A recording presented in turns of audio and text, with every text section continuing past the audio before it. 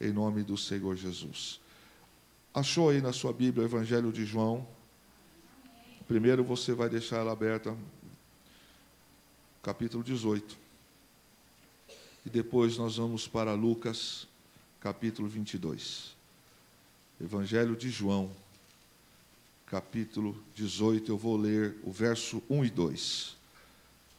Tendo terminado de orar, Jesus saiu com seus discípulos e atravessou o vale do Cedron. Do outro lado havia um olival, onde entrou com eles. Ora, Judas, o traidor, conhecia aquele lugar, porque Jesus muitas vezes se reunia ali com os seus discípulos. Evangelho agora de Lucas, capítulo 22, verso 39. E, saindo, foi como costumava para o Monte das Oliveiras. E também os seus discípulos o seguiram. E quando chegou àquele lugar, disse-lhes: orai para que não entreis em tentação. E apartou-se deles cerca de 1 tiro de pedra, e pondo-se de joelhos, orava, dizendo: Pai, se queres, passa de mim este cálice. Todavia, não se faça a minha vontade, mas a tua. E apareceu-lhe um anjo do céu, que o fortalecia, e posto em agonia, orava mais intensamente. E o seu suor tornou-se como grandes gotas de sangue que corriam até o chão. E levantando-se da oração, veio para os seus discípulos e achou-os dormindo de tristeza. E disse-lhes: por que estáis dormindo?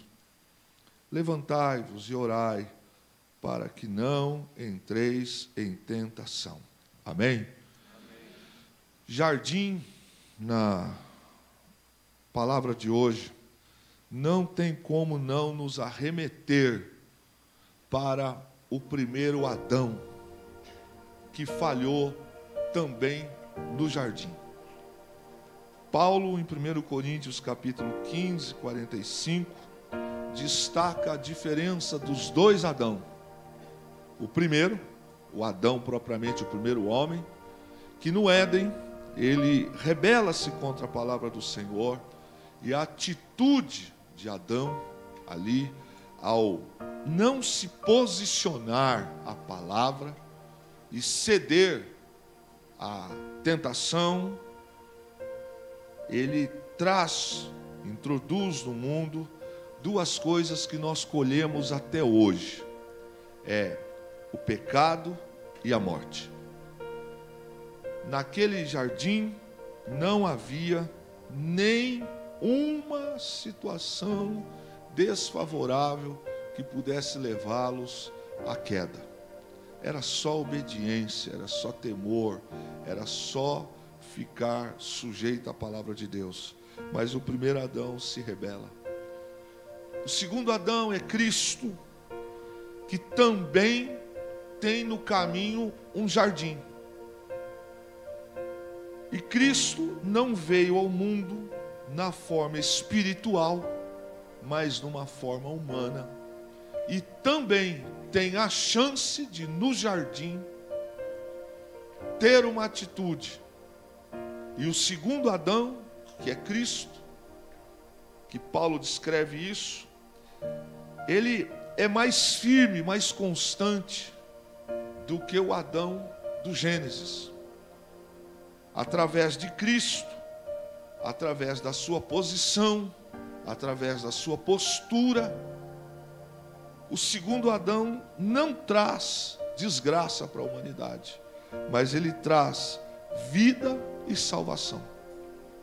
Interessante que ao olharmos para os dois homens, o Adão de Gênesis, que Deus o criou, e o Messias, que vem ao mundo em forma humana, e é tratado aqui como o Adão que trouxe a salvação à humanidade, no caso Cristo. Ele representa aqui os dois homens que tem oportunidade. Geralmente, nós ouvimos de pessoas, às vezes um pouco sem habilidade com a palavra, entender que Cristo venceu as tentações por ser o Messias. Isso é um engano, e um engano teológico herético. Porque Jesus não venceu as tentações como Messias. Ele venceu como homem, para que todos nós aprendêssemos que é possível ser salvo como homem em Jesus. Então, quem não tem conhecimento da Bíblia, talvez diga alguma coisa como eu já ouvi. Mas Jesus era Jesus, e o Kleber é o Kleber, e você é você. O que Jesus, homem, tinha de diferente dos outros homens da humanidade? Absolutamente, talvez, quase que nada. A não ser cabelos um pouco diferentes, uma pele um pouco mais queimada ou não, altura, peso, mas as outras coisas que caracterizam o ser humano, Jesus foi igual. Igual ao Adão de Gênesis. Igualzinho. A diferença é que o Adão de Gênesis, ele toma uma posição de não permanecer na palavra. E apesar dele ter a palavra verbalizada pelo próprio Senhor, ele vacila, ele dá uma titubeada. Só que o erro de Adão, de Gênesis, trouxe para nós as consequências da morte física, as consequências da quebra da espiritualidade, as consequências da desobediência, enquanto Cristo, que vai para o Jardim das Oliveiras, e o Jardim das Oliveiras, conhecido como o local chamado Olival, aonde haviam prensas de pedra, e por estar ali também grande plantação de oliva, era extraído o azeite deste local, dessas prensas, por isso chamado Jardim do Olival, aonde o fruto da oliveira era colocado e extraído o óleo, extraído a essência, extraído o azeite.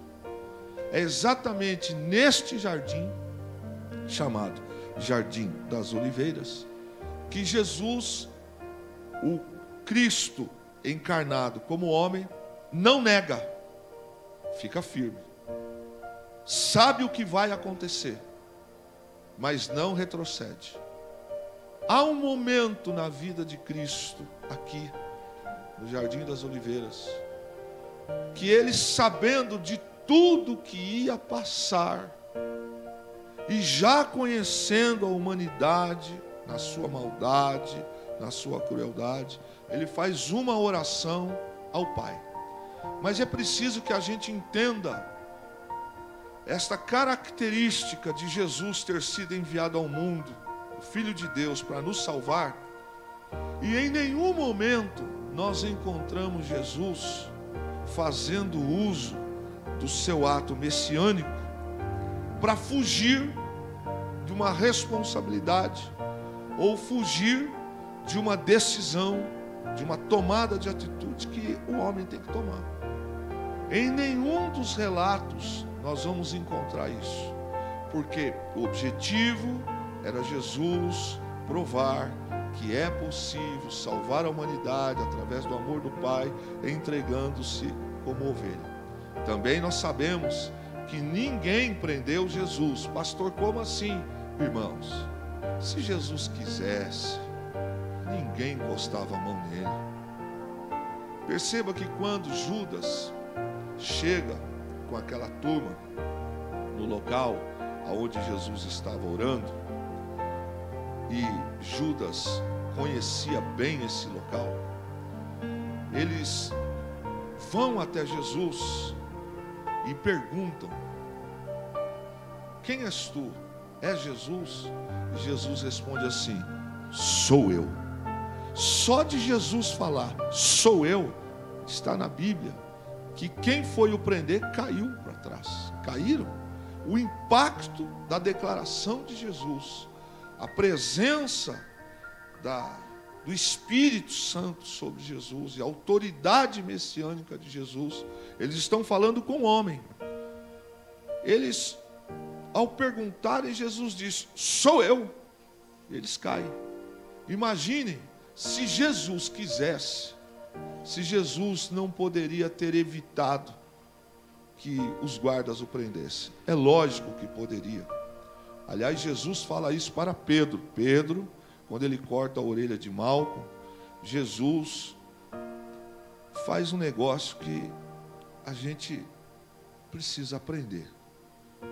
Ele tem ali um sujeito que vai para lhe fazer mal, de uma forma covarde. Pedro corta a orelha de Malco, Jesus pega a orelha de Malco, põe no lugar, como se não tivesse Pedro cortado. Jesus ainda fala assim para Pedro: Pedro, se eu quisesse, eu teria aqui miríades de anjos, legiões de anjos, para poder impedir isso. Então, uma coisa que nós precisamos entender para a vida nossa como cristã: nenhum de nós aqui estamos livres ou escusos, desculpáveis de alegarmos alguma coisa que não faremos ou que não vamos desejar, mesmo que tendo que passar, porque nós somos humanos ou somos crentes. Cristo nos dá uma grande lição, podendo evitar a prisão, ele não evitou. Podendo evitar o Jardim das Oliveiras, ele não evitou. Podendo evitar algumas coisas, ele não evitou. Olhando para o texto, meus irmãos, e atravessando o tempo que nós estamos passando hoje, nós encontramos aqui a feliz e dura liberdade de escolha que nós temos. É boa, é uma coisa extraordinária essa questão da liberdade de escolha. É o livre-arbítrio que Deus nos dá. Isso é um presente que Deus nos dá. Mas ao mesmo tempo é duro. Porque diante das nossas escolhas e decisões, é inevitável que também nós venhamos a ser responsáveis pelas nossas escolhas. Então é muito bom eu poder me mover para onde eu quiser. É muito bom eu poder falar o que eu quiser. É muito bom eu poder praticar o que eu quiser. Ao mesmo tempo que é duro, porque em cima das minhas decisões eu tenho responsabilidades. Eu tenho atitudes que eu posso tomar, como diz Paulo: todas as coisas me são lícitas, mas nem todas me convêm. Todos nós possuímos esse direito de optar pelo que nós queremos na vida. No entanto, nós precisamos sempre lembrar, e talvez todo culto seja interessante bater nessa tecla, nós precisamos nos lembrar que as nossas atitudes são sementes para essa vida e para outra vida. Amém? Agora há pouco alguém não, nossa irmã estava falando sobre um momento bonito, lindo, que é o único que a gente faz do culto, que é um ato nosso, é o coração generoso, não é? E todos nós, podendo lançar a semente, somos, pela Bíblia, afirmados que o Senhor nos abençoa aqui. Então todas as nossas decisões na vida, elas trazem para nós fruto aqui e depois dessa vida. Amém? Ninguém que morre, irmãos, nós sabemos biblicamente, pode voltar. A não ser se o Senhor Jesus tiver um projeto, um plano de ressuscitar alguém para a honra, como fez com Lázaro e fez com algumas pessoas que nós ouvimos e sabemos que Ele tem esse poder. Mas via de regra, a liberdade que eu tenho, que você tem, que nós temos, ela traz para todos nós, nessa vida aqui e também na outra, frutos. Por exemplo, o que eu faço com a minha saúde agora, uma opção minha, não é? Por mais que se diga, por mais que se oriente, por mais que se fale, tem gente que negligencia. Tem gente que negligencia a juventude. Pode estudar, tem muita gente que não pôde estudar. Muita gente. Lá atrás era muito mais difícil. Mas os dias de hoje não. Os dias de hoje você tem nível superior até a distância. Você tem mestrado à distância. E tantas coisas, cursos profissionalizantes, enfim. Mas tem gente que resolve pegar a sua vida na juventude e enfiar ela num saco chamado curtição. Enfia a sua vida, sua juventude em prazeres. E vai viver isso. Vai viver o que ele quer viver. E um dia, essa decisão que ele tomou também lhe trará. Não são poucas as moças que optam. Hoje, a mulherada de hoje, as meninas de hoje, tem muito mais instrução do que as moças lá de trás. E na verdade, tem um monte de moça que não quer saber e arruma, antes da hora, responsabilidades. E aí, quando ela chega nos 30, nos 40, nos 50 anos, é frustrada às vezes. Porque o que ela podia ter feito, ela não fez. Mas é uma decisão dela, não é? Ela escolheu. Alguns rapazes, a mesma coisa. Na vida cristã, é a mesma coisa. Nós estamos orando para que algumas decisões, algumas ações, o Senhor venha nos abençoar e nos trazer respostas. Mas existem coisas que Deus não vai fazer por nós, porque somos nós quem dizemos para Deus o que queremos fazer, o que desejamos fazer. Jesus, enquanto homem, ele também teve as suas escolhas. Por exemplo, acaba de ser batizado, vai para o monte, vai para o deserto, e chega lá, ele é tentado pelo diabo. Ele não foi tentado em espírito, amém, igreja? O diabo não está tentando o Filho de Deus em espírito, até porque o diabo fala com ele assim: se tu és o Cristo, o Filho de Deus, lança-te daqui abaixo.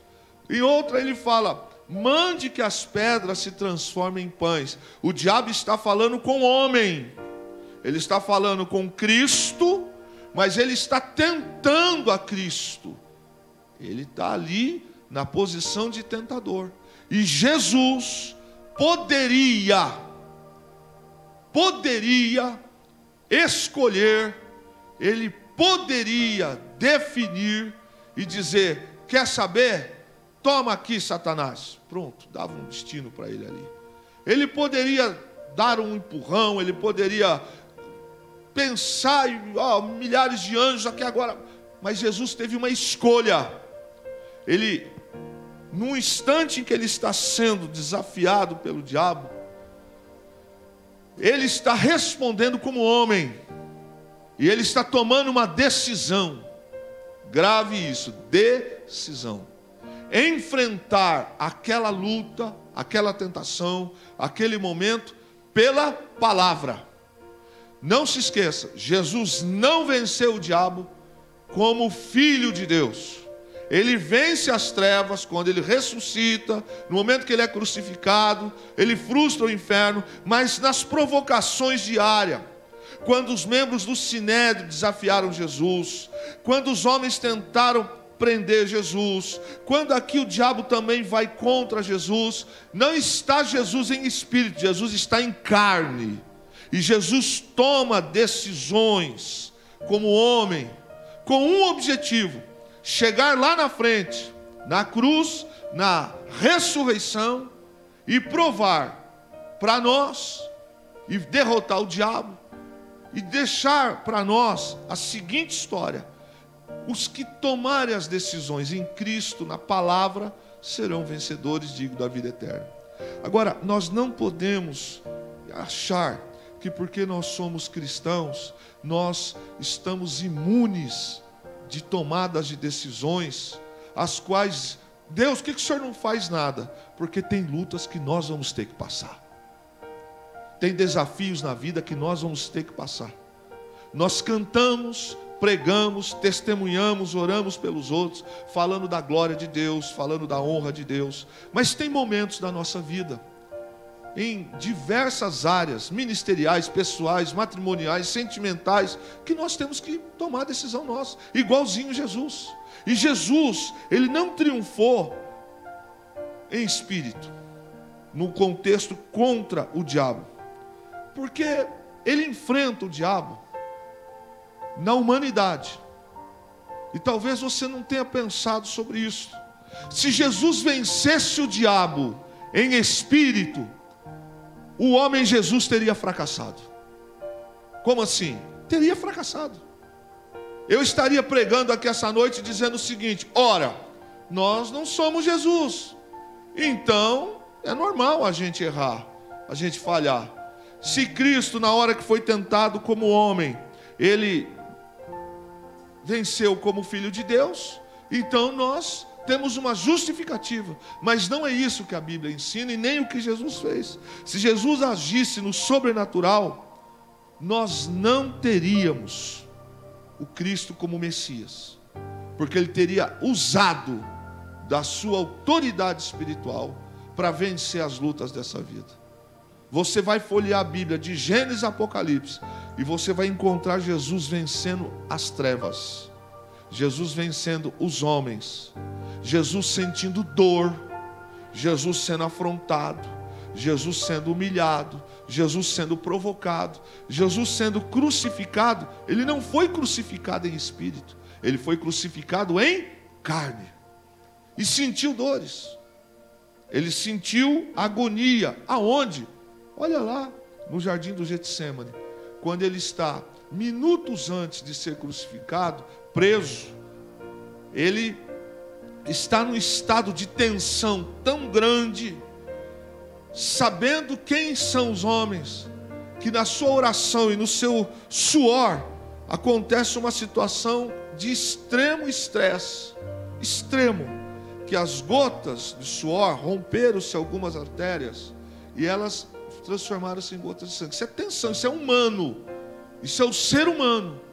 Mas Jesus, mesmo assim, ele não invoca a questão de ser ele o Filho de Deus para dizer: não quero sentir dor, não vou passar por isso. Ele aguenta e passa.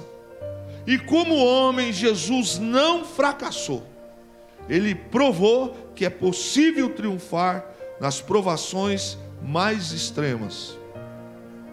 Esta é a lição que nós precisamos aprender e entender, que apesar de sermos cristãos, existem coisas que nós vamos passar na vida, e que vamos passar sendo homens, vamos viver as lutas, vamos viver as dificuldades, e vamos ter que tomar essas posições em Cristo, vamos ter que tomar as nossas decisões em Cristo.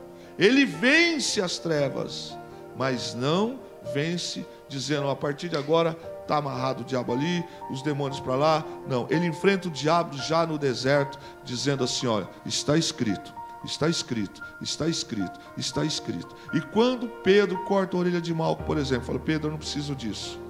Esse é um dos exemplos que Jesus passa. Você percebe que na vida de Cristo, o objetivo é provar que, sendo fiéis ao Senhor, nós podemos trazer a glória de Deus na nossa vida, honrando ao Senhor, honrando.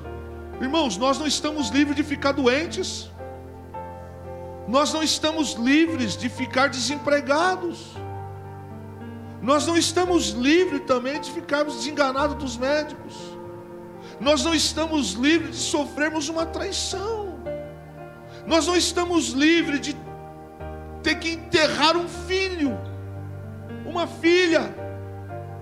Nós não estamos livres de passar por coisas que, por sermos crentes, nós não vamos passar. Não, nós estamos no mundo, mas o que está dentro de nós é muito mais forte, é muito maior. O objetivo é muito maior que o processo. Mas Deus não obriga ninguém, e não promete a ninguém que se você segui-lo, você não vai sentir dor, você não vai ter problemas. Ele disse assim: olha, eu venci o mundo, tem de bom ânimo. A resposta já está dada. E ele está dizendo eu venci o mundo, ele não está dizendo eu venci em espírito. Ele está dizendo eu venci como homem. Ele nasceu de uma mulher, ele andou, brincou, correu. As cuspidas que ele tomou no rosto não foram cuspidas no espírito, foram cuspidas no rosto carnal. A chicotada que ele tomou não foram chicotadas que ele não sentiu, ele sentiu. Mas a gente encontra em Jesus algo que todos os dias eu indivíduo, eu pessoa física, eu todos os dias preciso e faço isso, porque senão eu me torno louco, eu me torno uma pessoa com as ideias problemáticas. Porque às vezes a gente acha que por ser uma pessoa que acredita em Deus, de repente o mundo vai ser cor-de-rosa para sempre, que ninguém vai nos destratar, que nós não vamos ter dor de cabeça, que nós não vamos ter dificuldade, que nós não vamos passar por um carro que quebra, o motor do carro que funde, é um exame que deu alteração, é uma situação aqui, outra ali. Não é isto, não é isso. Jesus, quando vem ao mundo, ele vem para provar para a humanidade, para você, para mim, que é possível ser fiel a Deus, obedecer ao Senhor e ter a vida eterna vivendo na palavra, vivendo pela palavra.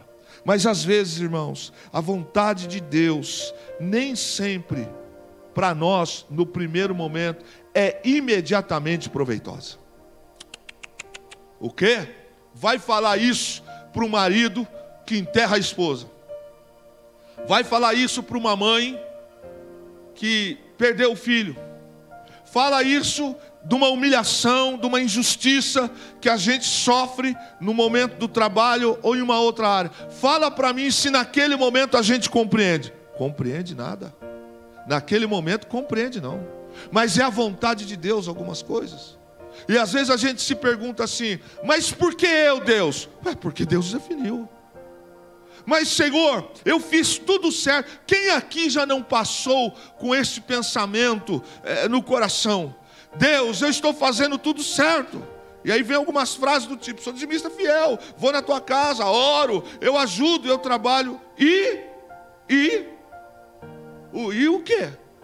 Nós estamos dizendo o que para Deus? A nossa fé, por acaso, está embasada em sentar numa cadeira revestida de ouro? Ou nossa fé está embasada e que foi prometida por Ele, que nós não teríamos aflições? Não, Ele não disse isso. Ele disse: vocês vão ter aflições. Ele apenas disse assim: olha, quem quer me seguir, pegue a sua cruz e siga. Ele não disse assim: olha, com você eu vou ter um tratamento diferente. Ele disse: se você quer me seguir, pegue a sua cruz e me siga. E pegar a cruz significa entregar a nossa vida nas mãos de Deus. E quando entregamos as nossas vidas nas mãos de Deus, Deus, na sua boa e perfeita vontade, tomará decisões que inclui a nossa vida, e que no primeiro momento da luta que nós estivermos passando, nós não vamos ter imediato proveito. A gente vai ficar sem respostas. Por que Deus permitiu que isso acontecesse comigo? Quem aqui já não fez essa pergunta? Quem não fez? Agora, quem já fez essa pergunta? Olha aí. Quantas vezes você está no culto, volta para casa e pega uma semana tribulosa, pega uma semana difícil, provocação do inferno, provocação às vezes na família, é dificuldade na saúde, é uma dificuldade naquilo, eu não sei o que, e de repente o acusador pode vir e falar assim: e aí, meu jovem, cadê o teu Deus? Onde está o teu Deus? E de repente nós recebemos uma outra notícia, pior do que a primeira, e a gente fica sem entender. Então às vezes a vontade de Deus no primeiro momento não é proveitosa para nós, mas passado o tempo, e vou mais, na eternidade, no dia do juízo do Senhor, no dia em que os salvos serão colocados à direita, no dia em que o Senhor falar: benditos do meu Pai, vinde para o local que eu vos preparei, muitas das respostas que nós não tivemos nessa terra, nós vamos receber naquele dia.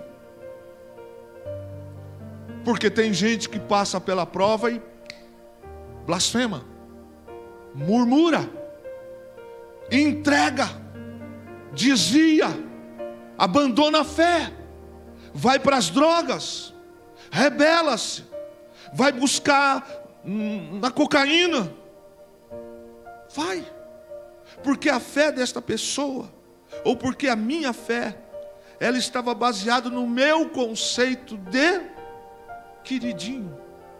Então eu não entendo, eu leio, e eu sempre quando menino, eu amava ler e ouvir a história de Jó, mas me dava pânico, terror, e até hoje não é diferente, quando eu leio o início do livro de Jó. O que, rapaz? O que o cara fez? O que o cara fez? A Bíblia diz que antes dos seus filhos acordarem, olha, irmão, olha aí, antes dos seus filhos acordarem, Jó, em imaginar que os seus filhos tivessem pecado, ele já ia sacrificar ao Senhor pedindo perdão. É crente, fala a verdade, crente. O sujeito é tão íntegro com Deus, ele é tão envolvido com o Senhor, que o diabo tem raiva. E numa dessas histórias que vem os santos adorar o Senhor, está lá ele. Às vezes alguém fica chocado quando a gente fala assim, né? Não pense que o diabo não aparece no culto. Se não fosse assim, não caía gente endemoniada. Há uma diferença de possessão e de opressão. Tem gente que se manifesta na possessão e tem gente que é oprimida. Sim ou não? Não tem gente que entra e sai da igreja e fica arrumando confusão a vida inteira? Parece que a palavra não fala com ele, não fala com ela. Sai do culto e volta para casa para arrumar discussão. Sim ou não? Parece que nenhuma mensagem, oprimida. Tudo é da confusão. É Maria da confusão, é o Zé da confo. É tudo, é oprimida, gente oprimida. A palavra vem, bate, mas não entra, porque a pessoa está com o coração fechado. Gente oprimida, que se ela abrir o coração, o Espírito Santo entra e faz morada. Mas se não fizer, vai gastar uma vida de gente tribulosa, de gente tribuloso, gente que conhece a palavra, gente que é batizada nas águas, mas batismo não é sinônimo da salvação, porque tem um monte de gente que toma a Santa Ceia com a vida torta, errado, oprimido, vai gastar 40, 50 anos dentro de uma igreja, mas é oprimido. Há uma diferença de possessão e de opressão. E tem gente que no momento desse ele se manifesta logo. E às vezes as lutas que vêm sobre a nossa vida podem envolver aparente derrota e sofrimento. Se já não é bom, no primeiro momento, a gente entender por que a gente está passando aquilo, olha para a vida de Jó. Qual é a razão porque Deus tinha que permitir Jó passar por aquilo? Irmãos, eu sou um ser humano muito complicado. Eu já fiquei me perguntando várias vezes assim: Senhor, por que o Senhor não deu logo uma saraivada de rajada de fogo no capeta, cortava no meio em 2, 3 lugares, acaba com essa palhaçada logo de uma vez? Minha mente pequenininha de azeitona, não é? Mas o Senhor deixou Jó definir. Jó passou pelo processo. Aí a gente olha lá no final do livro de Jó, o Senhor restaurou, mudou, não sei o quê. Mas, no primeiro momento do que Jó está passando, irmão, não é fácil não. Enterrar filhos, perder as coisas, ficar com o corpo em chagas, negativo. Não é moleza. Às vezes, a vontade de Deus, momentaneamente, vai nos levar a uma aparente, nunca se esqueça disso, o crente jamais é derrotado. Jamais. É uma aparente derrota e sofrimento. Que o incrédulo, ele vai chegar e vai dizer assim: e aí? Cadê o seu Deus? Cadê o seu culto? Cadê isso? Cadê aquilo? Às vezes a vontade de Deus vai transparecer que nós somos derrotados. Mas quem está em Cristo nunca é derrotado. Nunca. Nunca. Quem está em Cristo pode ter problema de saúde, pode ter um problema em outras áreas, mas ele sabe em quem ele crê, ele sabe onde ele quer chegar, e a sua fé não está baseada nessas coisas. Às vezes, esta vontade de Deus, o Senhor tem o desejo de nos levar para um caminho de prostrar-se. Jesus está no jardim do Getsêmani. Ele prostra o seu rosto entre as pernas. Algumas traduções da Septuaginta e outras da própria Vulgata trazem que Jesus se ajoelhou, mas o termo original do grego é que a agonia de Jesus é que ele está tão agoniado com o que vai acontecer, que ele cai e põe o rosto entre as pernas. Quem aqui já fez isso na vida? A angústia da alma, o problema está tão pesado, tão que a gente não tem forças para orar. Eu não sei se você já passou por isso, que tem horas em que não sai uma palavra mais, é só choro e gemido, grito, que às vezes a gente vai chorar lá no monte, lá no meio do mato, do canavial, ou entra dentro do carro, levanta os vidros, e você está no estacionamento, e o soluço vem, você não tem força, e você está ali, e não consegue falar nada, mas aqui na alma, a Bíblia diz que o Espírito Santo, ele pega esses gemidos e leva diante do Pai, e diz: olha aí o que ele está passando. Jesus, o homem, ele está agora com o rosto em terra.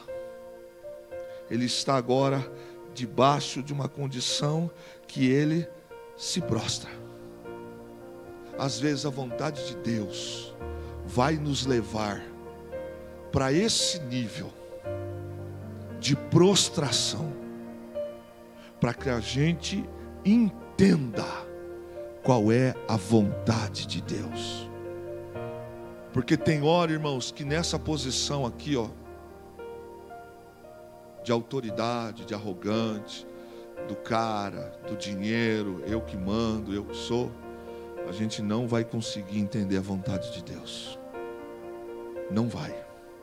Quando Jesus está neste jardim, ele se prostra. Minutos depois, ele já vai estar sofrendo. E Lucas é o único que diz dos evangelhos que na hora em que Jesus está prostrado, com o rosto aqui em terra, assim, o Senhor envia um anjo para lhe fortalecer. Quem se prostra tem fortalecimento do céu. Mas se a gente não entende algumas lutas, de vez em quando a gente não entende. Mas é só quando a gente se prostra. E quando Jesus se prostra, é quando as nossas forças físicas acabaram. É quando o médico não pode fazer mais nada, é quando o advogado diz não tem mais jeito, é quando a notícia ruim chegou, é quando a gente se prostra. É quando a gente se prostra que acaba a última das últimas expectativas de homem. e abre-se um processo para o céu trabalhar. Se Jesus não se prostra, não tem ressurreição. Isso é tão forte, irmãos, porque enquanto às vezes eu tento matar no peito, eu tento resolver do meu jeito, eu tento dar uma de durão, a mulher de durona, eu não me prostro. Há uma diferença de prostrar e de tagarelar. Prostrar é o que Jesus fez. Acabou. Agora pensa comigo o que está passando na cabeça de Jesus. O que está passando na cabeça de Jesus é: eu vou apanhar, eu vou ser crucificado, eu vou receber coroa de espinho, eles vão me humilhar, eles vão me amarrar, eles vão me deixar quase seminu andando por aí. Imagine essas agonias no corpo de Jesus, na mente de Jesus. Mas se Jesus não se prostra naquele momento, ele não conseguiria falar a frase que ele falou, porque já sabendo que ele ia passar, ele tem já uma agonia que o suor se transforma em gotas de sangue. E a gente olha que quando Jesus se prostra, há um caminho para a ressurreição. E a ressurreição provou que a escolha que Jesus fez em beber o cálice foi a escolha certa. Se Jesus não se prostra, ele não toma aquele cálice. Porque, irmãos, tem coisa que se a gente parar para encarar, a gente não se submete. A gente não faz. O quê? Vamos abrir aqui um parênteses para nós. Sofrer pelos outros, sabe quando? Sabe quando sofrer pelo reino? Faz não, filho, faz não. Se não for prostrado, se não for desse jeito, certos cálices a gente não bebe. Não teria havido glória da ressurreição, não teria havido esta atitude do céu de vitória, se Jesus não se prostra. E aí, meu irmão, fica imaginando Jesus trazendo para a vida dele, lá no jardim do Getsêmani, a seguinte expressão: até aqui eu vim, Senhor, até aqui tudo bem, mas a cruz eu não vou. Para a cruz eu não vou. Eu aguentei até aqui, Deus, mas daqui para frente eu não aguento mais. Senhor, eu vou até aqui, mas daqui para frente eu não vou mais. Último instante de Jesus, do Getsêmani. Esta é a lição que a gente encontra neste ato tão glorioso de Jesus. É a prostração. Tem horas na vida de um pastor, de um missionário, de um pai, de uma mãe, de uma esposa, de um marido, de um filho, que não adianta o conhecimento, que não adianta a medicina, que não adianta o dinheiro, que não adianta o poder. Não adianta. Tem horas na nossa vida que a gente não vai ter respostas. E tudo que a gente quer naquele momento é uma resposta de Deus, é um sinal de Deus. E Deus não vai fazer. E Deus não vai naquele momento. E a gente vai ficar com esse pensamento, nós vamos ficar sem entender as coisas. Só tem um jeito do processo caminhar, é no ato de se prostrar. Quando Jesus se prostra, Jesus fala assim: Pai, se possível, afasta de mim este cálice. Quem está falando aqui? É o homem ou é o Espírito? É o homem. É o homem Jesus, que sabe o que vai acontecer. E ele diz assim: se possível, afasta de mim este cálice. Mas logo em seguida, Jesus fala assim: no entanto, não seja feita a minha vontade, mas aquilo que tu quer. E sabe qual foi a vontade de Deus? A vontade de Deus continua a mesma. Deus amou o mundo de tal maneira que deu o seu único e verdadeiro Filho, para que todo aquele que nele crê não pereça, mas tenha a vida eterna. Esta é a boa e perfeita vontade de Deus. Sabe por que eu estou pregando isso aqui essa noite? Esse texto essa noite, que ainda não é a mensagem. Eu estou pregando isso aqui essa noite porque Jesus, ele se prostrou, e entre a vontade dele e a vontade do Pai, a do Pai prevaleceu. Tem mensagens que a gente prega que são diferentes umas das outras. Essa é uma daquelas que eu estou remoendo no coração. E durante a semana parecia um louco falando. Porque às vezes, meus irmãos, às vezes, existem coisas na nossa vida que a gente tem vontade de parar na hora. Vontade de entregar tudo na hora. Tem momentos da nossa vida que a gente tem vontade de falar: o último apaga a luz, fui. E por que não fazemos? E por que não desistimos? Por que muitas das vezes a tentação, a luta, a provação vem, e coisas que não é apenas uma consequência de uma decisão errônea minha ou não. Está aqui um texto em que prova que existem coisas na vida que são provações que nós vamos passar e que nós é que vamos ter que escolher se nós queremos continuar ou não, se vamos dar êxito ao final ou não. Mas tem horas na vida de todo cristão, principalmente se ele for ativo, que você vai ficar em paranoia com os teus pensamentos, do tipo: para que eu estou fazendo isto? Do que vale todo o meu esforço físico para isto? Ou então, será que é este o projeto de Deus para a minha vida? Só tem um jeito da gente passar por isso: é prostrado, é dizendo: Senhor, a minha vontade não é essa, mas se é a vontade do Senhor eu passo. Agora, quer ver, irmãos? Nós estamos dentro da casa de Deus, e aqui dentro é a casa dele. Quem aqui, como obreiro, como crente, já não teve vontade de largar tudo, parar com tudo? Ou será que é só eu? Quando você olha para um monte de situações, você fala: o que eu estou fazendo aqui? Aí abre um leque na sua frente assim, ó, de situações, de oportunidades, de vantagens, e abre outro aqui, ó: tristeza, luta, provação, injúria, cara feia, falar pelas costas. Para quê? Para quê?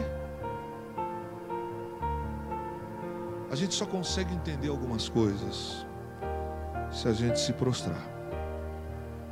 Porque tem horas em que existem problemas, lutas, provações, que a gente vai ficar assim: para que eu estou passando por isso? Qual a razão de continuar passando por isso? Entendo o que eu vou dizer, irmãos. Há uma diferença de estar no mundo preenchendo um espaço,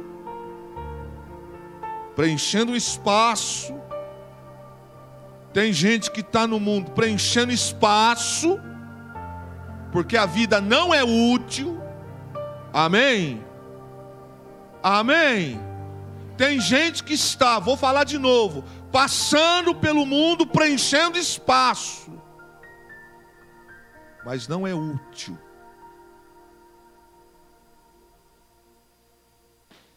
Não é?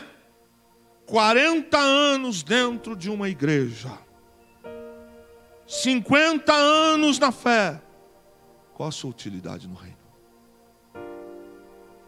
Qualquer coisa dói, qualquer coisa desvia, qualquer coisa desanima, qualquer coisa abandona, qualquer coisa amaldiçoa, faz as... Como, irmão, não consigo entender, porque eu olho para um Cristo aqui, que sabendo tudo que ele vai passar, ele tem vontade sim, está na Bíblia, ele diz assim: Pai, se possível afasta de mim esse cálice. Até aqui todos concordam e entendem que Jesus disse assim para Deus: Senhor meu Pai, O Senhor, se quiser, tira essa prova de mim. Todos conseguem enxergar isso aqui? Conseguem enxergar?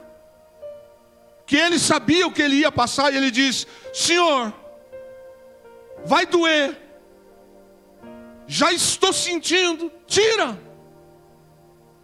Aí ele continua: no entanto, que seja feita a tua vontade e não a minha. E não caiu um raio do céu, e não veio uma miríade de anjo e tomou ele numa carruagem de fogo e o levou para o céu. A resposta de Deus foi mandar um anjo ali, que o fortaleceu. Sabe, irmãos, existem coisas que para chegar no resultado final da missão, a gente precisa passar pelo processo. E tem lutas e fases da vida, dificuldade e provações, que nós passamos agora, e não vamos ver o resultado agora. Talvez nós vamos ver o resultado daqui 30, 40, 50 anos. Nossos netos, nossos filhos, eles é que vão passar. Nós não. Agora tem uma parte aqui, que é a mensagem desta noite. Jesus acaba de ceiar. Ele acaba de passar por aquilo. A Bíblia diz que ele passa pelo vale, pelo ribeiro de Cedron. Sabe o que era o ribeiro de Cedron? O ribeiro de Cedron não é a árvore de cedro. O ribeiro de Cedron era o local que o riacho, o leito, ele tinha mais água, e precisamente água no período do inverno. Porque durante o período do verão, as águas secavam do riacho de Cedron. O riacho de Cedron, ele era, quando utilizado pelos sacrifícios que eram produzidos no monte do templo, lá em cima, era o local onde escorria o sangue, aonde escorria às vezes alguns pedaços, o resto. O ribeiro de Cedron também era o riacho que o detrito e o lixo de Jerusalém passava por ali também. E nesse riacho, ribeiro de Cedron, por onde Jesus tem que passar, ele passa por ele para chegar no Getsêmani.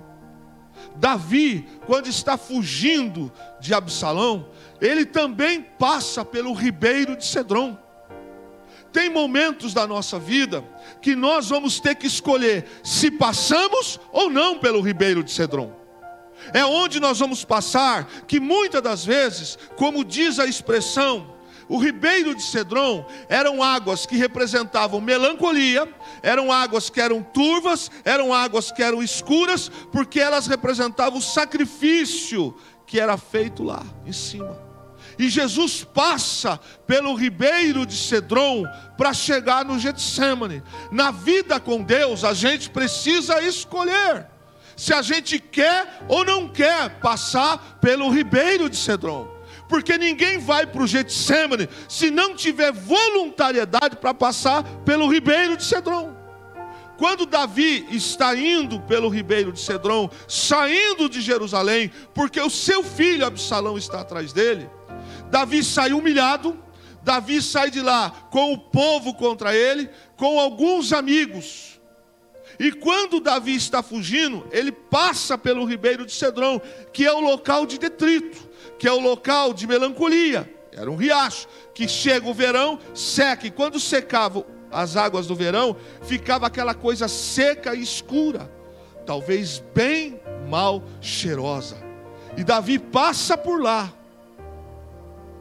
Ele passa pela humilhação, ele passa pelo constrangimento, ele passa pela vergonha. Aitofel está por trás, Absalão está por trás. Só que dias depois, Aitofel se enforca, porque ele sabe que ele fez as consequências ali. Absalão também.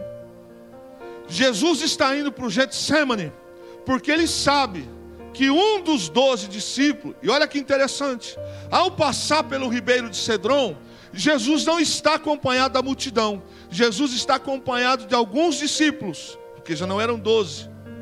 E Jesus também tem um ali na vida, chamado Judas, que já o traiu antes, que agora vai concretizar. Mas para chegar no Getsemane, Jesus passa pelo ribeiro de Cedron. Lembrando, o ribeiro de Cedron é o local onde escorria lá de cima, nas águas, quando lavava lá em cima, escorria pelo ribeiro de Cedron o sangue do sacrifício. Era onde passava a sujeira.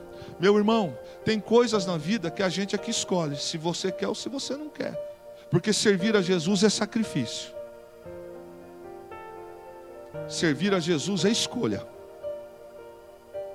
E servir a Jesus, muitas das vezes, é passar pelo ribeiro de Cedron, aonde ninguém quer passar. Mas eu provo para você na Bíblia que Jesus passa com 11 discípulos para chegar ao Getsemane. Judas, como Aitofel, se enforca. Jesus é crucificado, no terceiro dia ressuscita. Davi foge de lá, passa pelo ribeiro de Cedron, mas volta novamente como rei. Jesus é rei, Davi é rei, mas naquele momento, quando se passa pelo ribeiro de Cedron, escuta isso aí, não tem trono, não tem coroa, porque Deus nos leva algumas vezes para alguns locais, para a gente aprender a crescer. Não tem trono. Davi não é rei, mas é um rei que já não tem mais trono. Vai voltar, mas ali é prova. Jesus é o rei, mas está passando pelo ribeiro de Cedron.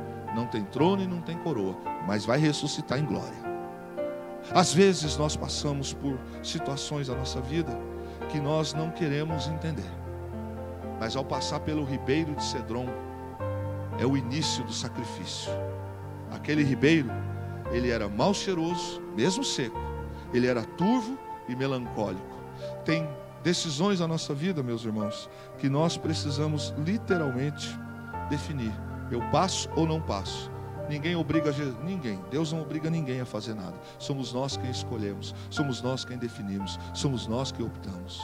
Mas ao passar pelo ribeiro de Cedron, é local de sacrifício. É local, muitas das vezes, de melancolia. E tem coisas que nós vamos passar, que ela não vai, que ele não vai, que ele não vai. É para nós passarmos. Mas assim como Davi, mas assim como Jesus, o outro lado é lado da ressurreição.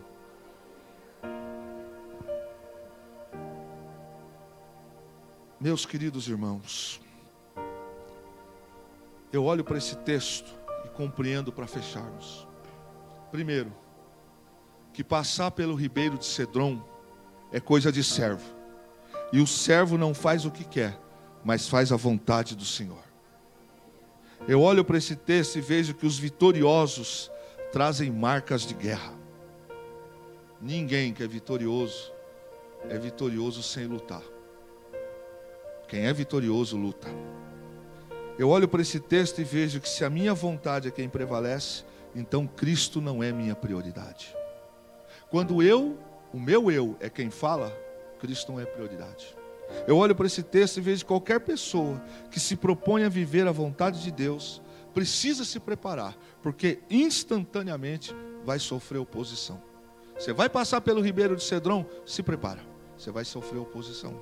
Eu olho e vejo no texto que nem sempre fazemos o que queremos, mas fazemos por amor a Cristo. A gente não pode ser hipócrita de dizer que algumas coisas, tá tranquilo. Não é bem assim não, irmão. Algumas coisas a gente só faz, só se sujeita por amor a Cristo. E é por causa disso, por amor a Cristo, que nós passamos pelo ribeiro de Cedron. Que às vezes as águas estão secas, às vezes você está sozinho, às vezes você vai olhar e não vai encontrar a multidão do seu lado, vai encontrar alguns amigos e provavelmente terá ainda oposição. Mas mesmo assim é uma decisão nossa. O chamado a algumas missões são de caráter individual. Eu não posso exigir da Jacira o que Deus está cobrando de mim. Eu não posso transferir para o Felipe aquilo que é minha obrigação. Deus me leva para onde Ele quer, do jeito que Ele quer e trata eu como eu quero. Mas a opção continua sendo minha. Muitas das nossas ações de hoje só vão ser compreendidas como a de Cristo depois.